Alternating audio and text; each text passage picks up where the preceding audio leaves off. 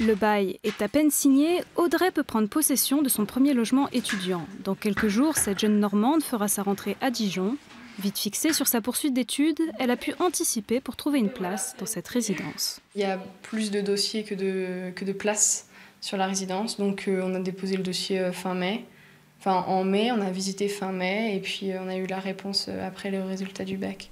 Mais pour ceux toujours en attente d'affectation, la recherche s'annonce plus compliquée. Ici, la grande majorité des logements a trouvé locataire depuis 1 mois et l'établissement est aujourd'hui complet, ce qui n'empêche pas les demandes d'affluer. À l'heure actuelle, je reçois encore là les dossiers, alors que l'année dernière, j'avais pas eu autant de dossiers à cette période de l'année. Parce que tout était déjà bouclé.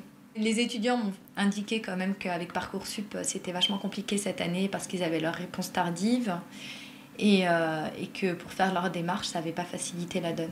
Même constat dans cette agence immobilière, la plupart des studios ont été libérés à la fin de l'année universitaire. 2 mois plus tard, les biens encore sur le marché se font rares. Il va falloir faire des concessions. Vous aurez un budget probablement un peu plus élevé, les meilleurs marchés étant partis, un emplacement un peu moins bon, puisque pareil, les meilleurs emplacements sont déjà partis, et peut-être que les logements les moins vétustes sont également loués en priorité. Donc il y a encore des opportunités, mais plus limitées. Autre solution, la colocation, ou pour les étudiants bénéficiaires, le Crous. Près de 4000 lits sont à disposition dans l'agglomération dijonnaise. Joint par téléphone, l'organisme assure avoir anticipé les aléas de Parcoursup et destiné des logements aux inscriptions de dernière minute.